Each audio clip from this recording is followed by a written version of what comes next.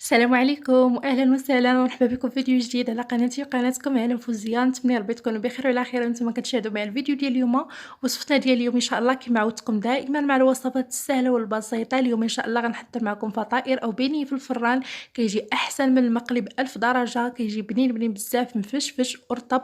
مكونات اللي جات بسيطه واقتصاديه، طريقه اللي ما كتاخذ منا لا وقت لا مجهود. فتبعوا معايا الفيديو حتى الاخر باش تشوفوا معايا الطريقه والمكونات. وكيف ديما الا عجبكم الفيديو ديال اليوم ما تنساوش توصلوا لاكبر عدد من اللايك، تبارطاجيو مع العائله والصحاب عبر مواقع التواصل الاجتماعي باش تعمل فائده وفرجه ممتعه. على بركه الله نبدا بالمكونات وطريقه بنفس الوقت. غنحتاج 3 الكؤوس ونصف من الدقيق الابيض او دقيق الفورس اللي عندي مغربل من قبل. غادي نضيف عليه ملعقه كبيره ونصف من خميره ديال الخبز، 3 ملاعق كبيره من السكر، والسكر كيبقى على حسب الذوق. وعندي هنايا كاس ديال الحليب اللي كيكون دافئ، غادي نضيف النصف ديالو فقط، وكنحرك هاد الخميره مع السكر باش هكا كتفاعل ليا الخميره. من بعد غادي نزيد باقي المكونات. غادي نزيد كيس من السكر الفانيلا، كيس من خميره الحلويات او البيكين باودر او ما يعادل 7 غرام، بيضه وحده، وغادي نضيف كذلك 2 ملاعق كبيره من زيت المائده، وغادي نضيف الملح اللي كيبقى على حسب الذوق ديالكم. هنايا تقريبا ضفت انا واحد 9 معلقه صغيره. وكنخلط هاد المكونات هادو مزيان مزيان. في الاول تحركوا غير بالملعقه، ولكن من الاحسن تستعملوا اليد ديالكم من الاول. غادي نضيف ما تبقى من الحليب. في هاد الوصفه هادي غادي نحتاجوا بالضبط كاس ديال الحليب، ما تزيدوا ما تنقصوا الا استعملتوا نفس الكميه ديال الدقيق اللي عطيتكم. بالنسبه للدقيق غتعبروه بكاس ديال العنبه، يعني غتضيفوا 3 الكيسان ونص. راه غادي يجيكم كاس ديال الحليب هو هذاك، يعني العجينه غادي تجيكم، ما غتزيدوا ما غتنقصوا. صافي غادي نخدم هكا العجينه ديالي باليد ديالي. كما قلت لكم من الاحسن تخدموا باليد ديالكم باش هكا كتحكموا في العجينه وكتجيكم عمليه اسهل. بالنسبه للعجينه خاصها تكون كتلصق في اليدين، ما ديروش عجينه قاصحه باش البيني ديالكم ما يجيكمش قاصح. هنا كاضافه اخيره غادي نضيف ملعقه كبيره تكون مملوءه جيدا من الزبده اللي كتكون بحراره المطبخ باش هكا كتسهل دخلوها هكا في العجينه. كنخدمها هكا مع العجينه مزيان مزيان حتى كتدخلها في العجينه مزيان، ما كنبقاش كنحس بدوك الحبيبات ديال الزبده باينين ليا في العجينه. بالنسبه للزبده من الاحسن الا كانت من اصل حيواني باش هكا كتعطيكم حتى واحد المذاق اللي هو بنين لهاد البنيه هذا. صافي غادي نخدم هاد العجينه هادي حتى كندخل فيها ديك الزبده مزيان مزيان، يعني ما كندلكوها ما والو، يعني غير كندخلوا فيها ديك الزبده كتبان لينا العجينه صافي انسجمت. وكنحبسوا بعد ما جمعت العجينه ديالي. كيكون القوام ديالها كيما هكا كيف ما كتلاحظوا معايا، العجين اللي كتكون كتلصق في اليدين. غادي نجمعها هكا في وسط ديال المول، وغادي نغطيها بالسلوفان او بلاستيك، وغادي نغطيها مازال بواحد المنديل اللي كيكون دافئ، وغادي تحطوها في شي بلاصه اللي كتكون دافيه وكتخليوها حتى كتختمر وكيضاعف الحجم ديالها. بما ان دابا الجو سخون فما غاديش تاخذ لكم وقت طويل او وقت طويل يعني في الاختمار، دغيا دغيا كتختمر. بعد ما اختمرت عندي العجينه وضاعف الحجم ديالها بهذا الشكل هذا كيف ما ملاحظين معايا، مباشره غناخذها فوق مسطح العمل اللي كنرشوا بشويه ديال الدقيق، لان العجينه كتكون كتلتصق. فمن الاحسن تستعملوا بشويه ديال الدقيق، ولكن الدقيق حاولوا ما تدخلوش وسط العجينه. كناخذ العجينه ديالي وكنحاول انني نشكلها بهذا الشكل هذا. وكما قلت لكم الدقيق حاولوا ما تدخلوش للداخل ديال العجينه باش العجينه ما تجيكمش مدقصه. غادي نقسم العجينه هذه ل9 ديال الكويرات. الا بغيتو ديروهم بحجم اللي هو صغير تقدروا تقسموها على اكثر. بالنسبه لي انا درتهم شويه بحجم اللي هو كبير. بغيتو ديروهم بحجم اللي هو صغير فغادي تقدروا تقسموها حتى ل 12 ديال القطعه و 13 ديال القطعه وتحصلوا على بيني اللي كيجي بحجم صغير. بالنسبه لي انا درتهم بحجم كبير، لذلك انا قسمت العجينه ل9 ديال القطع، يعني غادي تخرج معايا 9 ديال البنيه او 9 ديال القطع، ولكن بحجم اللي هو كبير.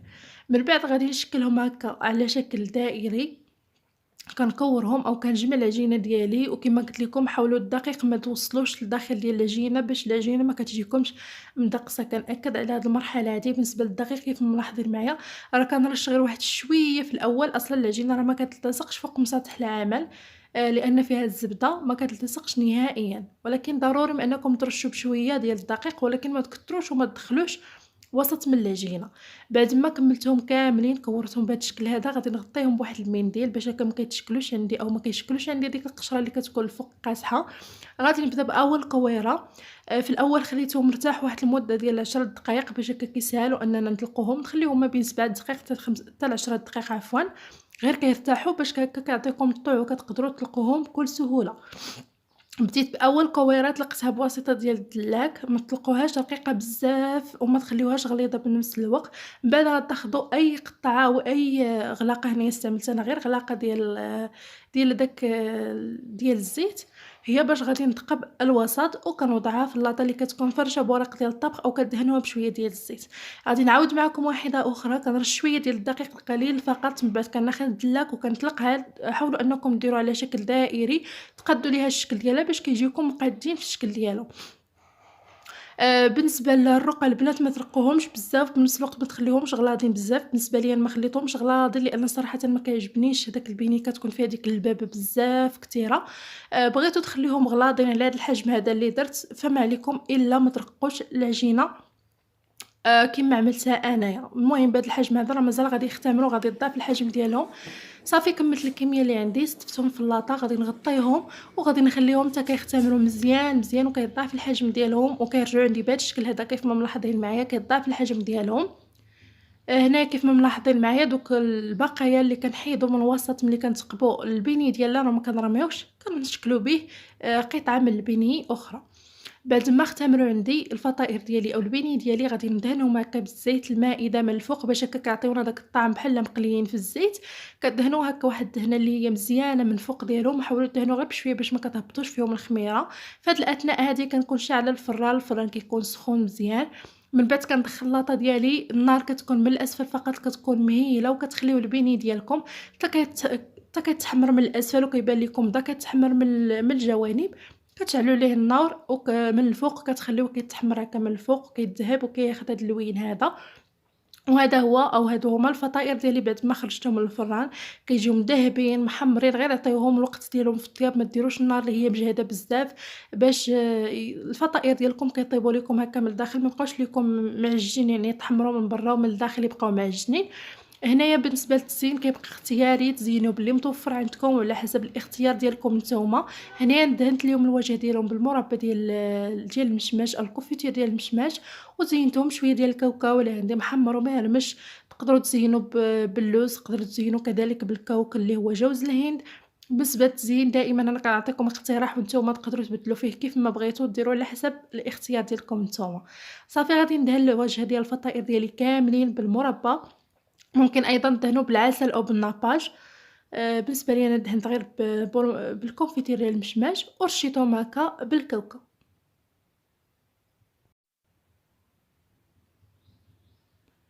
بعد ما كملت الفطائر ديالي كاملين كيف ما ملاحظين معايا، كناخد واحد البلاطو كنفرش فيه بلاستيك أو بلاستيك غذائي وغير بلاستيكة عادية، وكنوضع فيه القطع ديال البيني ديالي.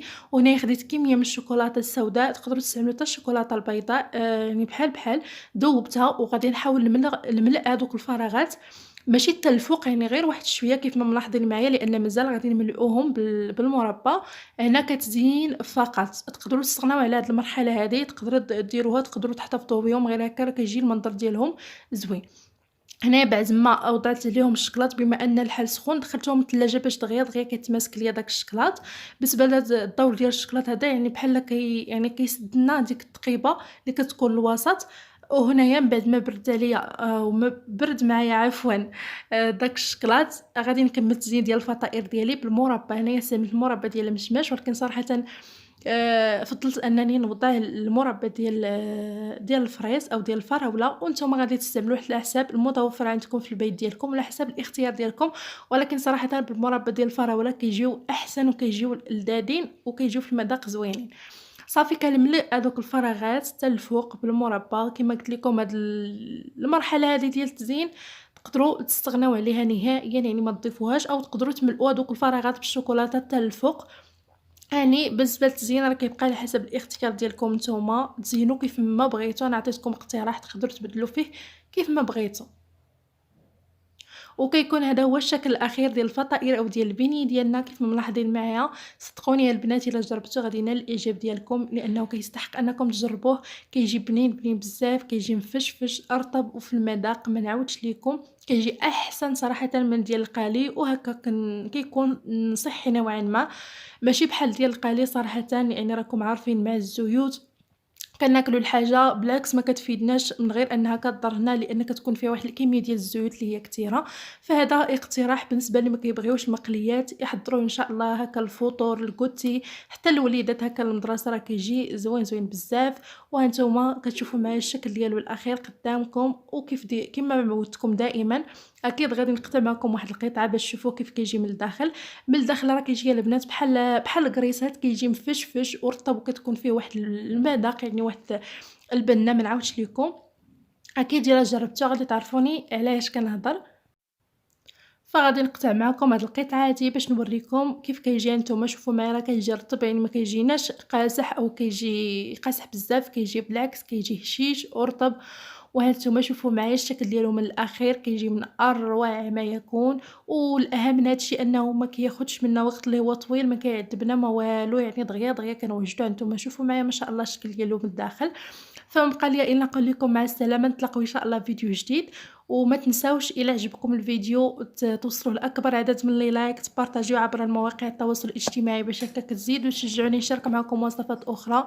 وما تنساوش الى جربتوا الوصفه وعجباتكم تخليوها ليا في لي كومونطير، وكنتمنى منكم الدعم والتشجيع باش نزيد نشارك معكم وصفات اخرى. فما بقى ليا الا نقول لكم مع السلامه.